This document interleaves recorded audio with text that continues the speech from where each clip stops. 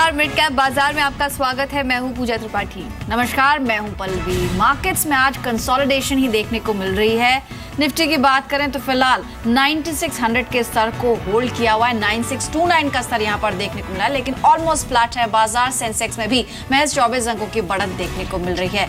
Mid cap और small cap में हल्की खरीदारी है। इनफैक्ट स्मॉल कैप इंडेक्स 1% से ज्यादा की बढ़त दिखा रहा है। वहीं मिड कैप्स की अगर बात करें तो आज के सेशन में आधा फीसदी तक की बढ़त है। अगर जिन स्टॉक्स पर नजर डालें जहां पर आज अच्छी तेजी देखने को मिल रही है तो मिड कैप्स में M&M फाइनेंशियल यहां पर 6 से 6.5% तक के गेन्स है। साथ ही NLC इंडिया 7% ऊपर है। हैवेल्स, यूनाइटेड ब्रेवरीज, यहां पर इनफैक्ट यूबी ग्रुप के तमाम स्टॉक्स वहां पर अच्छी बढ़त देखने को मिल रही है। इंडियाबुल्स हाउसिंग फाइनेंस 3 से 3.5% की बढ़त है। साथ ही ओबेरॉय रियल्टी यहां पर भी 2 से 2.5% का गेन देख सकते हैं।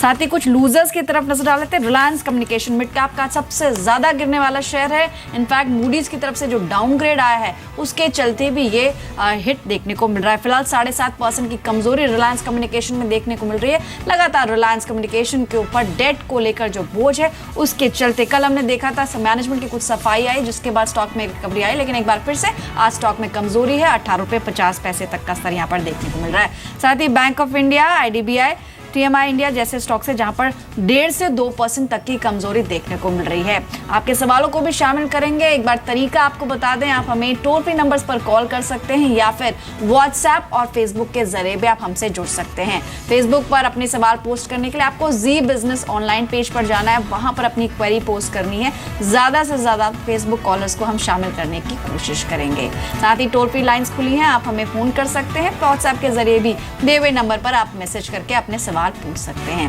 मार्केट्स की बात करें तो मोरलेस आज कंसोलिडेशन है। खासतौर पर GDP के नंबर्स आने हैं, अवेटेड है, और उससे पहले थोड़ा सी कॉन्शियसनेस यहां पर मार्केट्स में देखने को मिल रही है।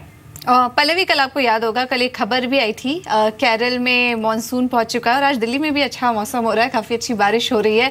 उसके चलते देखिए आज फर्टिलाइजर शेयर्स काफी चल रहे हैं।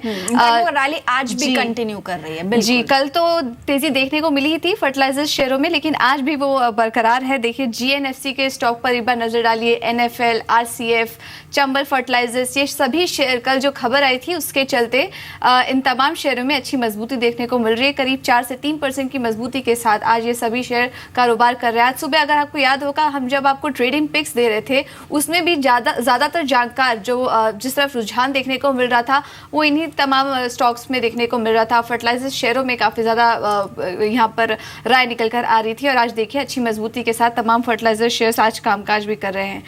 कैपिटल गुड्स में भी आज अच्छी तेजी है। BEML का स्टॉक एक बार देख लीजिए। कल्पतरू, हेवल्स, महिंद्रा, CIE, ये कुछ ऐसे स्टॉक्स हैं जो कि आज अच्छी मजबूती के साथ कारोबार कर रहे हैं।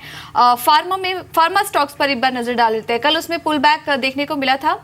काफी दिनों की कमजोरी के बाद फार्मा शेयरों में कल अच्छी तेजी थी और आज भी वो बरकरार ही है। ल्यूपिन, स्पार्क, ब्रूक्स लैब्स, ज्यादातर जो मिड कैप फार्मा स्टॉक्स हैं, सिप्ला के स्टॉक को देखिए हरियाणा में कारोबार कर रहे हैं, लेकिन ज्यादातर जो आज मिड कैप स्टॉक्स हैं, फार्मा शेयर हैं, उनमें आज मजबूती आज देखने को मिल रही है। और ल्यूपिन भी देखिए आज करीब 3.5% की मजबूती के साथ आज कारोबार कर रहा है। मिड कैप के कुछ और गेनर्स देख लेते हैं। आपने कहा कि फाइनेंस शेयरों में भी तेजी है, वहां पर अगर देखें इसके अलावा M&M फाइनेंशियल ऑलमोस्ट 5.5% ऊपर है। साथ ही कुछ और स्टॉक्स जहां पर तेजी है उनमें देखा जाए रैमको ग्रुप के स्टॉक्स में आज बढ़त देखने को मिले। रैमको सीमेंट्स फिलहाल 5% से ज्यादा की बढ़त दिखा रहा है। रैमको इंडस्ट्रीज यहां पर भी आज गेन्स देखने को मिल रहे हैं। रैमको सीमेंट्स के इनफैक्ट कल नतीजे भी आए थे, काफी शानदार नंबर्स यहां पर शायद नंबर्स का भी रिफ्लेक्शन है जो आज स्टॉक में दिख रहा है। वहीं अगर बात करें कुछ एग्रो रिलेटेड, वहां पर भी बढ़त देखने को मिल रही है। कोरोमंडल इंटरनेशनल 5% से ज्यादा का यहाँ पर गेन दिख रहा है। 512 का स्तर आज के स्तर में देखने को मिल रहा है। कुछ नंबर्स भी आए थे और यूफ्लेक्स के नंबर्स पर एक बार नजर डाल लेते हैं। इस क्वार्टर में मुनाफा और साथ ही आय दोनों में बढ़ोतरी देखने को मिली है। लगभग 25% की बढ़त कंपनी ने दिखाई है। क्वार्टर 4 में 77.4 करोड़ से मुनाफा 99 करोड़ के आसपास रहा है। साथ ही रेवेन्यू 11% की बढ़त यहां पर भी देखने को मिली है। नतीजे का रिएक्शन आज इसके स्टॉक पर भी ऑलमोस्ट 2.5% की बढ़त दिखा रहा है 343 के लेवल्स पर। मैनेजमेंट भी हमारे साथ है, मिस्टर आर के Jain, group president corporate Uflex. बहुत बहुत स्वागत है कार्यक्रम में। सबसे पहले तो ये जानना चाहेंगे जो टॉप लाइन है और बॉटम लाइन दोनों में अच्छा जंप यहाँ पर देखने को मिला है। सेगमेंट वाइज ग्रोथ कैसी रही है कंपनी की? देखिए दोनों तरफ से मिलकर के इतनी अच्छी ग्रोथ आई है और अगर आप देखें वॉल्यूम जो कि आपके पास शायद फिगर नहीं हो तो 14% ग्रो किया है और वैल्यू टर्म्स में 11% आपने बताई है, तो 11% ग्रोथ है और EBITDA भी जो है हमारा 12-12.5% ग्रो किया है और नेट प्रॉफिट तो बहुत अच्छा किया है, 25% की रेंज में ग्रो कर गया है। तो ये ग्रोथ जो थी ये तो एक्सपेक्टेड थी काफ़ी हद तक और हमें लगता है ये जो सिग्नल देखने से लगता है कि आगे आने वाला जो पीरियड है वो भी काफ़ी अच्छा प्रॉमिसिंग रहेगा और आने वाले टाइम में जो जो चीज़ें हमने अभी तक की हैं पीछे उसके रिजल्ट अब दिखाई देने शुरू होंगे और जो नया प्रोजेक्ट भी हमारा आने वाला है, शुरू होने वाला है जल्दी ही सानंद के अंदर, उसके भी जो वर्किंग होगी वो भी हमारे रिजल्ट्स के अंदर रिफ्लेक्ट करेगी इस साल के अंदर। ऑन दी होल जो है सारा का सारा जो परफॉर्मेंस है हमें लगती है कि इस साल के अंदर बहुत अच्छी रहेगी और टॉप लाइन भी अच्छी ग्रो करेगी और प्रॉफिट लेवल भी बहुत अच्छे आएंगे। जी सर, वॉल्यूम में काफ़ी अच्छी ग्रोथ हुई है, करीब 16% की ग्रोथ इस बार इस तिमाही देखने को मिली है। आगे के लिए क्या आउटलुक है सर वॉल्यूम के फ्रंट पर, और ये जो सपोर्ट आया है वो किस सेगमेंट से आया है? काफी नए प्रोडक्ट डेवलप हुए हैं, उनकी भी कंट्रीब्यूशन इसमें आएगा, प्लस जो सानंद का जो प्रोजेक्ट है उसका भी कंट्रीब्यूशन आएगा। तो पुट टुगेदर हमें लगता है कि इस साल जो है हमारी जो ओवरऑल जो वॉल्यूम ग्रोथ आएगी वो कहीं अराउंड 18 से 20% आ सकती है। तो क्योंकि ये सब चीजें मिलकर के काफी अच्छा पोटेंशियल है बहुत इंडिया में और एक्सपोर्ट मार्केट के अंदर और चीजें सब ठीक जा रही है, तो हिसाब से 18 से 20% हम एक्सपेक्ट करते हैं कि वॉल्यूम ग्रोथ होएगी। जी, थैंक्स अलॉट सर, आपने समय निकाला और बातचीत की नंबर्स पर। तो वॉल्यूम्स में भी यहाँ पर अच्छी बढ़त देखने को मिली है और मैनेजमेंट भी काफी पॉजिटिव है आने वाले क्वार्टर्स के लिए। Sir thanks a lot and all the best for the coming quarters. Ruchit Jain आज के एक्सपर्ट हमारे साथ मौजूद है बेंचुअल ब्रोकिंग से। Ruchit, welcome to the show. कई दर्शक हैं जो सवाल पूछना चाहते हैं फोन लाइन पर। सबसे पहले अमित जुड़ रहे हैं लखनऊ से। अमित, गुड आफ्टरनून, पूछिए क्या जानना चाहते हैं आप? अमित नमस्कार, अपना सवाल पूछें। चलिए, अमित से हम बात करने की कोशिश करेंगे, लेकिन इनका क्वेश्चन व्हाट्सएप के जरिए भी इन्होंने भेजा है। और अशर एग्रो, इनफैक्ट एग्रो स्टॉक्स की हम बात भी कर रहे थे, ये स्टॉक परफॉर्म नहीं कर रहा है, पार्टिसिपेट नहीं कर रहा है आज की तेजी में। यहाँ पर इनकी खरीद 15 रुपये 20 पैसे की, ऑलमोस्ट आधा इनका स्टॉक हो चुका है, यानी वेल्थ काफी हद तक डिस्ट्रॉय हो गई है। रुचित, आपकी सलाह के अशर एग्रो, अगर आप इसे ट्रैक करते हैं 7 रुपये 30 पैसे का स्तर देखने को मिला और क्वांटिटी बहुत ज्यादा है, 20,000 शेयर खरीदे हुए, क्या करना चाहिए?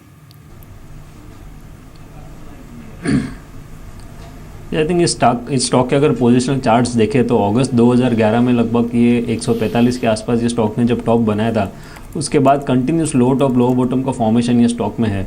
और पिछले 4-5 महीने में जहाँ पे हमने काफ़ी सारे मिड कैप स्टॉक्स में काफ़ी अच्छी रनअप देखी है, ये स्टॉक ने उसमें बिल्कुल भी परफॉर्म नहीं किया है। तो ये डेफिनेट साइंस है कि ये स्टॉक में अभी भी कोई स्ट्रेंथ नहीं है। इवन वॉल्यूम्स करंट लेवल्स पे कुछ ऐसे खास नहीं है कि कोई यहाँ से एक्यूमुलेशन दिखे। आई थिंक बाजार में ये भाव पे भी इनको ये स्टॉक में से एग्जिट लेना चाहिए, क्योंकि अगर ये यहीं पे अगर कंसोलिडेट भी होता है आने वाले 6 महीने 12 महीने, तो आई थिंक दूसरी जगह पे जहाँ पे दूसरे स्टॉक्स में काफ़ी अच्छे पैसे कमाने की अपॉर्चुनिटीज़ है वो ये मिस कर रहे हैं स्टॉक को होल्ड करके। तो मेरी इनसे सलाह यही रहेगी कि इस स्टॉक में से एग्जिट लीजिए और दूसरे मिड कैप स्टॉक्स जहाँ पे काफ़ी अच्छा रनअप के अप ट्रेंड में जो पार्टिसिपेट कर रहे हैं ऐसे स्टॉक्स में बने रहिए। ओके, तो अशर एग्रो से इस वक्त फिलहाल एग्जिट करने की राय आ रही है रुचित की तरफ से। अगले कॉलर हमारे साथ जबलपुर से जुड़े हैं ऋषि नमस्कार, पूछिए कौन सा स्टॉक है आपके पास? मैम मेरे पास NECC के 400 शेयर है। NECC के 400 शेयर है आपके पास? जी, 57 रुपये के भाव। अच्छा, हल्का नुकसान हो रहा है आपको, कब तक होल्ड कर सकते हैं आप इस स्टॉक को? मैम कर सकता हूँ 6 से 1 साल तक के मैंने सोचा है। 1 साल का व्यू है आपका? चलिए सवाल ले लेते हैं रुचित से। रुचित, NECC ये शेयर आपको कैसा लग रहा है? इनकी खरीद जो थी वो 57 की थी और इस वक्त ये जो स्टॉक है 42.5 के आसपास ट्रेड कर रहा है। हल्की मजबूती आज देखने को मिल रही है, लेकिन इनको यहाँ पर काफ़ी ज़्यादा नुकसान हो रहा है। अगर 1 साल की बात करें तो आपको चार्ट्स कैसे दिखाई दे रहे हैं? अगर थोड़े लॉन्गर टर्म चार्ट्स भी देखें तो पिछले 5 महीने में काफ़ी करेक्टिव मूव हमने स्टॉक में देखा है। इनिशियली ये फरवरी मंथ में एक हाई बनाने के बाद में सर्किट टू सर्किट इसमें करेक्शन आया। उसके बाद जब पुल बैक मूव आई, वो पुल बैक मूव में भी आप देखेंगे तो स्टॉक जब भी ऊपर आया उसके बाद सेलिंग में फिर से वॉल्यूम बढ़ जाता है। तो ये कहीं ना कहीं एक नेगेटिव साइन है। आई थिंक फिलहाल ये स्टॉक को 40 रुपये के आसपास 40 to 39.5 के बीच में सपोर्ट है, उसके नीचे अभी स्टॉप लॉस मेंटेन रखा है। लेकिन कुछ भी पुल बैक रैली आती है स्टॉक में फिर से 45 से 47 के रेंज में आता है, तो ये स्टॉक में से भी एग्जिट करने को देखिए। ऑलराइट, यहाँ पर आपको सलाह दी गई है NECC पर। इस वक्त फोन लाइन पर वंदना है चंडीगढ़ से। वंदना, गुड आफ्टरनून, पूछिए क्या जानना चाहती हैं? हेलो वंदना, गुड आफ्टरनून, पूछिए क्या जानना चाहती हैं? सर मेरे पास पीएनबी के 5000 शेयर्स हैं, तो जी उसके लिए सर 160 अराउंड 160 एवरेज है। ठीक है, एवरेज प्राइस 150 है, आपकी खरीद के आसपास है। हालांकि 2 रुपए का नुकसान हर शेयर पर हो रहा है आज, लेकिन 1.5% की मजबूती है। Ruchit, PNB among all the PSU banks कैसा लगता है आपको? ये पीएसयू बैंक्स में पिछले 2 हफ्ते में काफ़ी अच्छा करेक्टिव मूव ऑलरेडी हमने देखा है और काफ़ी सारे पीएसयू बैंक्स फिलहाल जो है अपने medium to long term support के आसपास ट्रेड कर रहे हैं। उसमें से पीएनबी भी देखे तो रिसेंट करेक्टिव मूव के बाद में इसका 200 दिन का मूविंग एवरेज के काफ़ी नज़दीक ट्रेड कर रहा है, तो यहाँ से प्रोबेबिलिटी ज़्यादा है कि फिर से ये एक पुल बैक मूव एटलीस्ट यहाँ से देना चाहिए। तो अगर ये प्रीवियस करेक्शन को रिट्रेस करता है तो भी 162 163 के आसपास ये शॉर्ट टर्म में जा सकता है। तो फिलहाल ये लेवल पे उनको मैं होल्ड करने को भी सलाह दूंगा और इसका जो 200 दिन का मूविंग एवरेज 140 रुपये उसके नीचे एक स्टॉप लॉस बनाए रखे और प्रोबेबिलिटी है 160 to 163 का अप मूव ये करंट लेवल से दिखाएगा पिछले आने वाले कुछ दिनों में ही। ओके, तो पीएनबी में होल्ड करने की राय होगी और आने वाले समय में अच्छी रैली आपको यहाँ पर देखने को मिल सकती है। होल्ड करने की राय रुचित जैन की तरफ से। एक बार जेपी एसोसिएट के स्टॉक पर नजर डाल लेते हैं। करीब 7% की मजबूती इस वक्त स्टॉक में देखने को मिल रही है। खबर आ रही है कि ओरिएंट सीमेंट के साथ कंपनी ने करार कर लिया है। भिलाई जेपी सीमेंट के में हिस्सा बिक्री के लिए करार किया गया और इस सीमेंट में कंपनी करीब 74% हिस्सा अपना बेचेगी। और इस खबर के आने के बाद देखिए अच्छी एक शार्प अपटिक स्टॉक में देखने को मिली। इस वक्त 6% की मजबूती के साथ ये स्टॉक इस वक्त ट्रेड कर रहा है। JP associates, Ruchit, JP associates के चार्ट्स आपको कैसे दिखाई दे रहे हैं? इस वक्त 12 रुपए के आसपास ये स्टॉक ट्रेड कर रहा है। खबर के आने के बाद देखिए अच्छी रैली इस वक्त स्टॉक में देखने को मिल रही है। लॉन्ग टर्म के लिए आपको चार्ट जेपी एसोसिएट कैसी लग रही है कंपनी आपको? लेकिन फिलहाल कोई इतना अट्रैक्टिव नहीं है चार्ट्स पे देखे तो। रिसेंटली एक 17 रुपये का हाई बनाने के बाद ये स्टॉक ने काफ़ी अच्छा करेक्टिव मूव भी दिया है और लो टॉप लो बॉटम फॉर्मेशन का ये स्टॉक में काफ़ी इंटैक्ट है। पिछले इस डाउन ट्रेंड के सीरीज़ में 14 साढ़े 14 के आसपास ये स्टॉक ने काफ़ी स्ट्रॉन्ग रेजिस्टेंस मेंटेन करके रखा है और इतना आसान नहीं होगा इस स्टॉक के लिए ये 14 रुपये का रेजिस्टेंस क्रॉस करना। तो ये सिर्फ पुल बैक मूव है, डेफिनेटली थोड़ा और चल सकता है ये यहाँ से 1 से 1.5 रुपया, बट मेरे ख्याल से अगर 14 रुपये के आसपास आता है तो ये लॉन्ग पोजीशन में से एक बार एग्जिट करनी चाहिए स्टॉक में से। और फ्रेश एंट्री के लिए अभी फ़िलहाल ऐसा कोई साइंस नहीं है कि यहाँ से कोई अप ट्रेंड होगा, तो फ्रेश एंट्री डेफिनेटली अवॉइड करनी चाहिए। जी, तो इस करार के बाद एक यहाँ पर बढ़त भी देखने को मिली है, 12 रुपये 55 पैसे का सर, और जो प्लांट की टोटल एंटरप्राइज वैल्यू वो 1450 करोड़ रुपए बताई जा रही है। 74% हिस्सा बिक्री के लिए करार किया है कंपनी ने। लगातार कंपनी कर्ज कम करने की कोशिशें कर रही है और शायद इस बिक्री का भी एक मकसद ये हो सकता है। फोन लाइन पर हमारे साथ अब धीरज हैं दिल्ली से। नमस्कार धीरज, पूछिए क्या कौन सा स्टॉक है आपके पास? हाँ जी नमस्कार जी, मेरे पास मैम DHFL है 243 की खरीद पे, 300 शेयर्स हैं। ठीक है, डिमोनेटाइजेशन के टाइम पे अराउंड जनवरी की परचेज है और आपने काफी समय से इसको होल्ड किया, शायद ऑलमोस्ट डबल हो चुका है आपकी खरीद से। कितना समय और दे पाएंगे इस स्टॉक को? लॉन्ग टर्म के लिए ही लिया है, अराउंड 6 मंथ्स तो एटलीस्ट ठीक है, हो सकता है अच्छे रिटर्न मिले और तो साल भर भी रख सकते हैं। ठीक है, 243 अच्छे लेवल्स पे, अट्रैक्टिव लेवल्स पे इन्होंने खरीदा। रुचित, 419 का स्तर आज देखने को मिला। इनफैक्ट सभी फाइनेंस से जुड़ी कंपनियों में बढ़त देखने को मिल रही है, ये भी पार्टिसिपेट कर रहा है इन लेवल्स पे। अभी और कितना होल्ड ऑन करना है? जो मुनाफा इन्होंने कमाया है क्या करना चाहिए उसके साथ?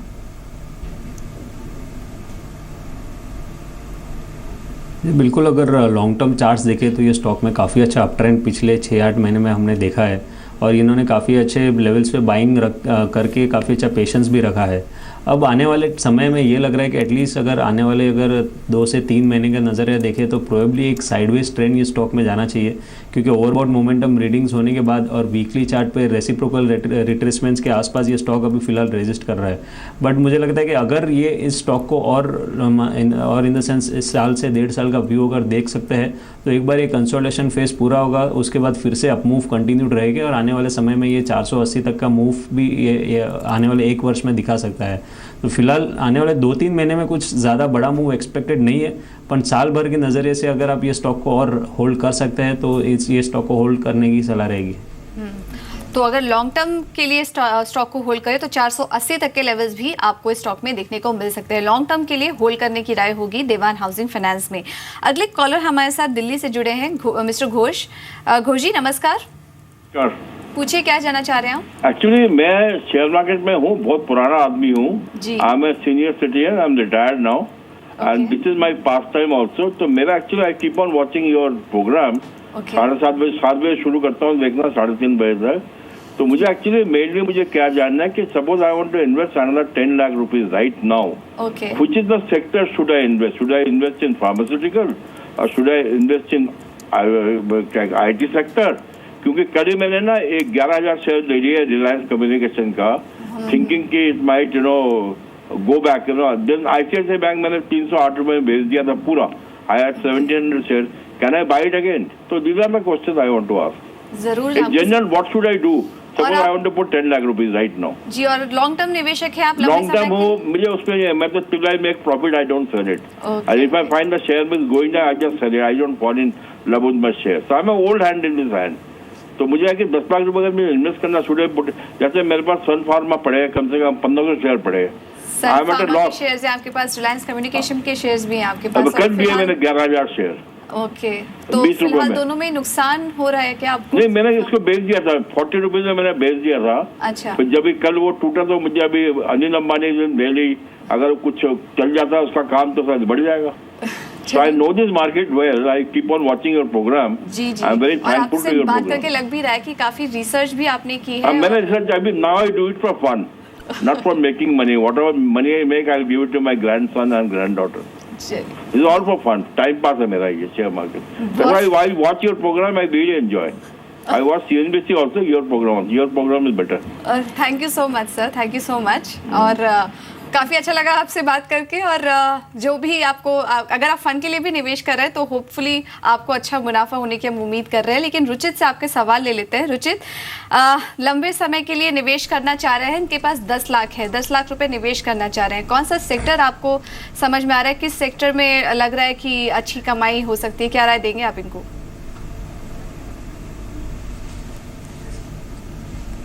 आई थिंक क्योंकि एक लंबे अवधि के लिए निवेश करना चाहते हैं ये, और जो फंड है इनका, तो रादर देन एक ही सेक्टर में इन्वेस्ट करने से अच्छा है कि थोड़ा डाइवर्सिफाई रखिए अपना पोर्टफोलियो। काफ़ी सारे स्टॉक्स है जो आने वाले 3 वर्ष 5 वर्ष में काफ़ी अच्छा अप मूव दे सकते हैं। और उसमें भी अगर लार्ज कैप स्टॉक्स की बात करें तो कुछ 5-6 ऐसे स्टॉक्स मैं आपको बताऊंगा जिसमें आप करंट लेवल्स पे निवेश कर सकते हो। एक है रिलायंस इंडस्ट्रीज।